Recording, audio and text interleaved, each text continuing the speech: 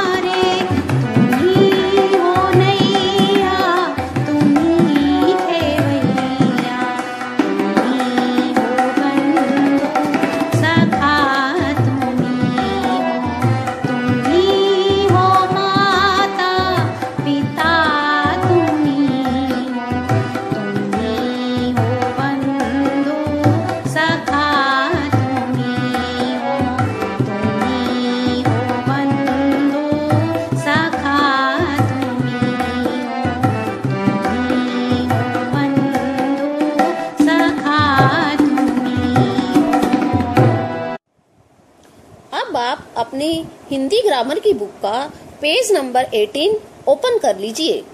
आज हम लेसन 5 करेंगे।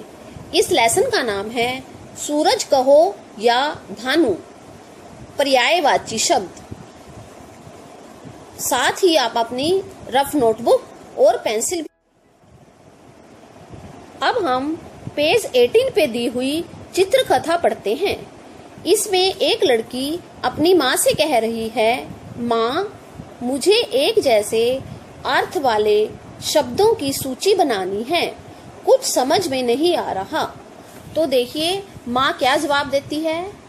एक जैसे अर्थ वाले यानी पर्यायवाची। आओ मैं बताती हूँ। जैसे सूरज को भानु भी कहते हैं। देखिए आज हम पर्यायवाची शब्दों के बारे में पढ़ेंगे।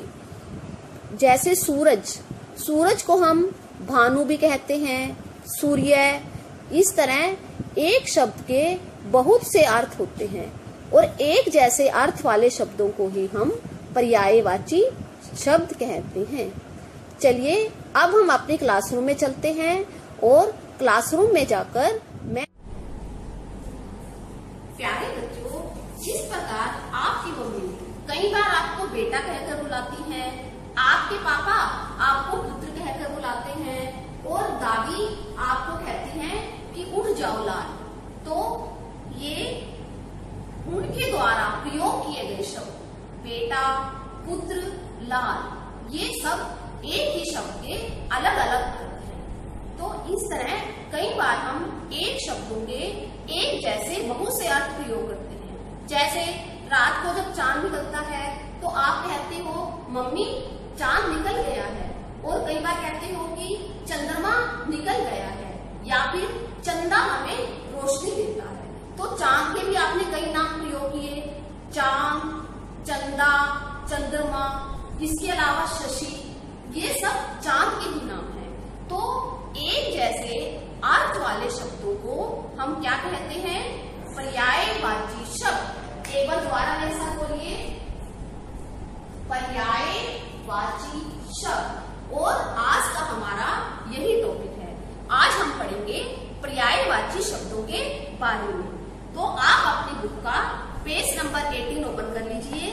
देखिए, इस पर बहुत से पर्यायवाची शब्द लिखे गए हैं और मैं आपको आज उनके बारे में देखिए।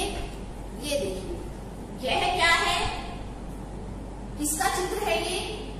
सूरज का। हाँ, तो आपको पता है सूरज के और क्या क्या नाम होते हैं? जैसे सूर्य, ये देखिए सूर्य। सूर्य के पर्यायवाची शब्द क्या क्या होंगे? दिनकर, भानु, आदित्य, ये सब सूरज के भी नाम हैं। उसके बाद देखिए चांद। चांद के और क्या क्या पर्यायवाची शब्द होंगे? शशि, इंदु, चंद्रमा। माँ, देखो माँ, जो आपकी मम्मी है उनको कुछ बच्चे माँ कहकर बुलाते हैं, कुछ जननी कहते हैं, कुछ माता और मैया। तो ये सारे शब्द माँ के भी समानार्थक शब्द हैं। पिता, पिता को हम और किस किस नाम से बुला सकते हैं? पितृ, जनक, पापा। अब ये देखिए जो ये ऑब्जेक्ट्स, ये क्या चीज है? ये पक्षी है। क्या है ये? पक्षी। तो पक्षी को हम और किस नाम से पुकारेंगे? खग, विहग, पंछी। तो ये सब एक शब्दों के जब हम बहुत से अर्थ लिखते हैं तो उन्हें हम क्या कहेंगे? पर्यायवाची शब्द। अब सबसे पहले आप फ्लैश कार्ड लीजिए। ये देखिए, ये क्या लिखा हुआ है? बादल। तो बादल के पर्यायवाची शब्द कौन कौन से हुए? मेघ, घन, जलद। इसके बाद देखिए बालक। बालक को हम और किस नाम से पुकार सकते हैं? बालक को शिशु, बच्चा, बाल। शिशु, बच्चा, बाल। मित्र, देखिए जैसे आपके मित्र होते हैं, आप मित्र को कभी कहते हो कि यह मेरा मित्र है, यह मेरा दोस्त है, या यह मेरा सखा है। तो इसके पर्यायवाची शब्द कौन कौन से हुए? दोस्त, सखा, मित्र। भाई, भाई को हम और किस नाम से पुकार सकते हैं? भ्राता, बंधु, भैया। कमल, कमल एक फूल का नाम है, यह पानी में खिलता है। कमल के पर्यायवाची शब्द होंगे जलज, पंकज, नीरस। पुत्र, पुत्र के पर्यायवाची शब्द हैं बेटा, सुत, तनय। तो इस तरह आप इन शब्दों को बार बार करिए और इनको याद। ये देखिए, यह क्या लिखा हुआ है? समुद्र। तो समुद्र के पर्यायवाची शब्द होंगे सिंधु, सागर, जलधि। ये समुद्र का जलधि, सिंधु, सागर। उसके बाद पर्वत। पर्वत के और नाम देखिए, पहाड़, गिरी, शैल। आसमान, गगन, व्योम, अंबर। किताब, ये देखिए जैसे ये किताब है, कहते हो कि कई बार यह मेरी किताब है या बच्चे पुस्तक पढ़ रहे हैं, जैसे पंडित जी पोथी पढ़ रहे हैं, तो ये सभी किताब के ही नाम हैं। तो किताब के पर्यायवाची शब्द कौन कौन से हुए? पुस्तक, पोथी, ग्रंथ। हम किताब को ग्रंथ भी कह सकते हैं। वायु, पवन, समीर, बयार। यह क्या है? पेड़। पेड़ को हम और क्या कह सकते हैं? वृक्ष, तरु, विटप। इसी तरह आप देखिए फूल। फूल के और क्या क्या नाम है? कुसुम, पुष्प, सुवन, शीशा, आईना, दर्पण। वन। वन को हम कहेंगे जंगल, कानन, अरण्य। पेड़। पेड़ के पर्यायवाची शब्द हैं वृक्ष, तरु, विटप। रात, रात्रि, रजनी, निशा। इस तरह आज हमने बहुत से पर्यायवाची शब्द किए। बच्चों, पर्यायवाची शब्द का प्रयोग हम इसलिए करते हैं ताकि हम भाषा को सरल और प्रभावशाली बना सके। जैसे आपने कोई कविता पढ़ी होगी या लेख या कहानियों में भी पर्यायवाची शब्दों का प्रयोग किया जाता है। तो आप अपने बुक में से इन सभी शब्दों को बार बार पढ़ना और अपनी नोटबुक पर लिखने की भी प्रैक्टिस करनी। हर बार की तरह आइए अब हम सुलेख लिखें। आज हम लिखेंगे सूरज हमें रोशनी देता है। आप इस पूरी लाइन को सुंदर हैंडराइटिंग में 5 बार लिखना। अब सुनिए आज का एडवाइजरी होमवर्क। आपने ऐसे 10 चित्र बनाने हैं जिनके आपको 2-2 नाम पता हैं। यानी आप चित्र बनाओगे और उनके 2-2 पर्यायवाची शब्द लिखोगे। यह काम आप अपनी प्रैक्टिस नोटबुक पर कर लेना।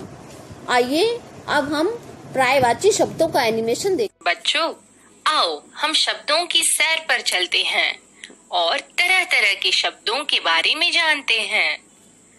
पता है ये कौन कौन से शब्द हैं? ये हैं समान अर्थ वाले शब्द, उल्टे अर्थ वाले शब्द, शब्द समूह के लिए एक शब्द। आओ सबसे पहले समान अर्थ वाले शब्द के बारे में जानते हैं।